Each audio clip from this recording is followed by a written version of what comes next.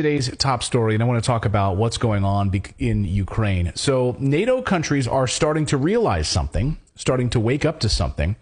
They are about to lose their war in Ukraine against Russia. It is a NATO war, after all, unless they do something dramatic. Now, they have thrown out all of their weapons. They've thrown all of their weapons and ammunition into Ukraine, so much so that the U.S. is running out of ammunition and weapons, which the Washington Post reported and confirmed by the New York Times. Germany can't build tanks because they can't process the steel required to build them right now.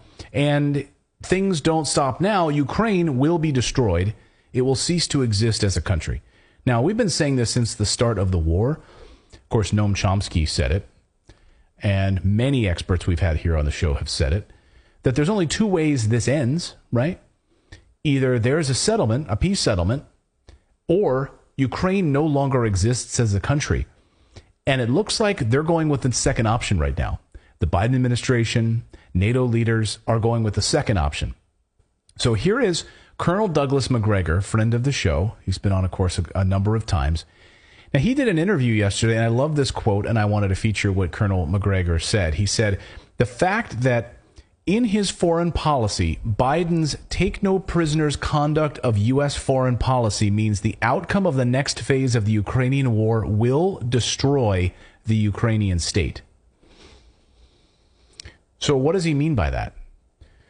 Well, we've got some staggering evidence that I'm going to show you in a minute about how the Ukraine military is destroyed and it's being run by contractors and NATO forces. Here's just some of the evidence.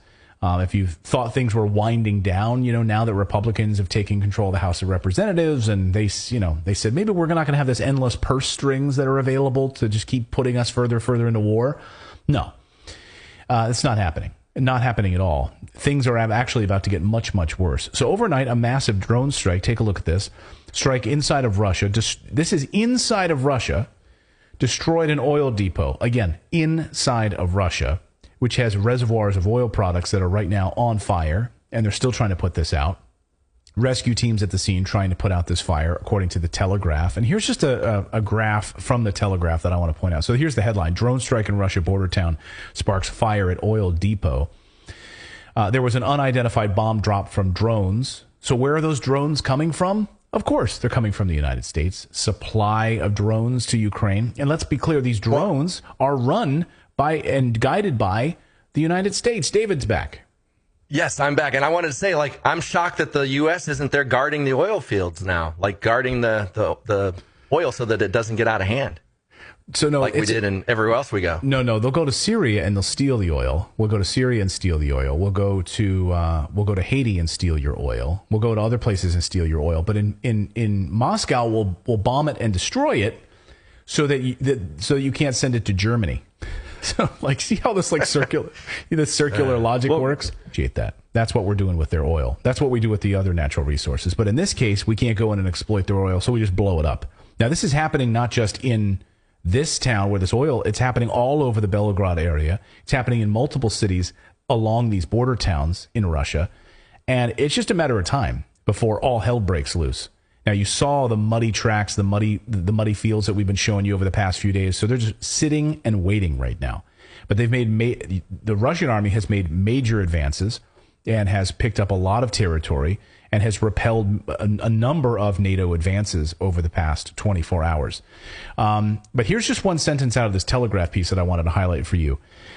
It follows a pattern, these attacks, alleged attacks by Kiev, suggesting it has increased its capability of striking into Russian territory. Oh, into Russian territory, which was heretofore not something possible by them. So the longer range weapons are now arriving just in time to strike into Russia. And then today we heard from the EU leaders on what they want from Ukraine. They want Ukraine to be totally destroyed by launching long-range attacks inside of Russia towards Moscow, because that's what will happen. So here's the headline. EU country urges Ukraine to strike Russia. Now, this is Latvian Foreign Minister Edgars Rinkēvičs urging NATO to allow Ukraine to use its Western-supplied weaponry for strikes deep into Russian territory. deep into Russian territory. The top diplomat made the remarks in an interview with Bloomberg. Said, in particular, the weapons should be used to attack sites used by Moscow to stage missile strikes against Ukraine's critical infrastructure. So we got to step this up. We really need to start striking inside of Russia using NATO weapons, long-range heavy weapons. But there's no Ukrainian army really at all really left to do this. So who's going to be directing those missile strikes? It's not Ukrainians. Are you out of your freaking mind?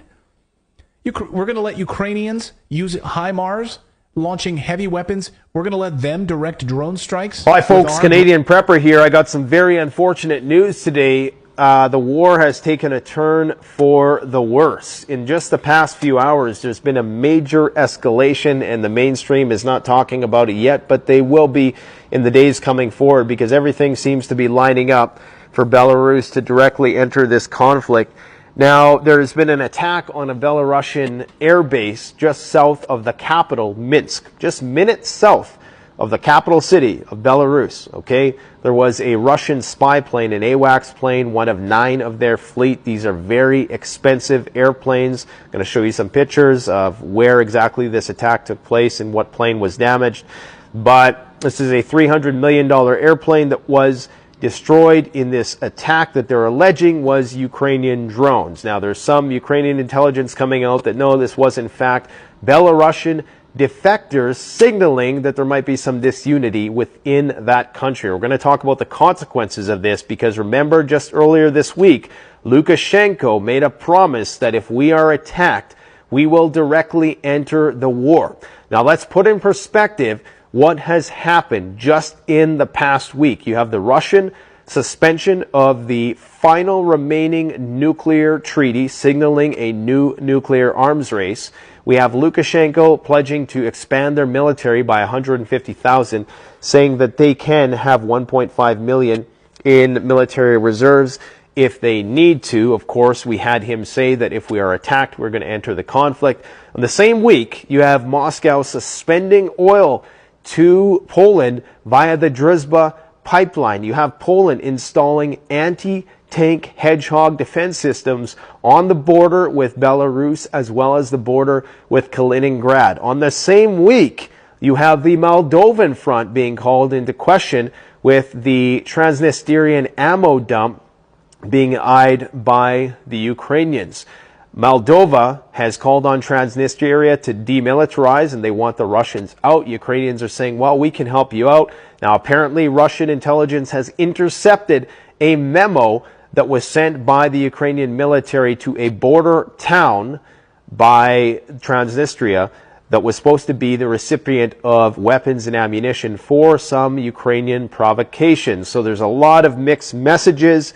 Bakhmut is being encircled. It's pretty much encircled now. It's only a matter of time now before the Russians finally take that city. There's apparently 10,000 to 20,000 Ukrainian soldiers still trapped there. So things are escalating in a major way. We have China, according to German intelligence now, about to send hundreds of Kamikaze drones to the Russians to support their war effort.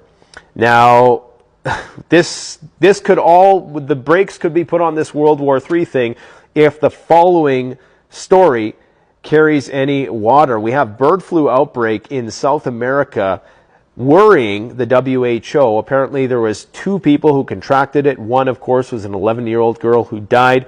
They're not sure yet whether this was human-to-human transmission. We're talking about bird flu here with a fatality rate, conservatively speaking, north of 20%.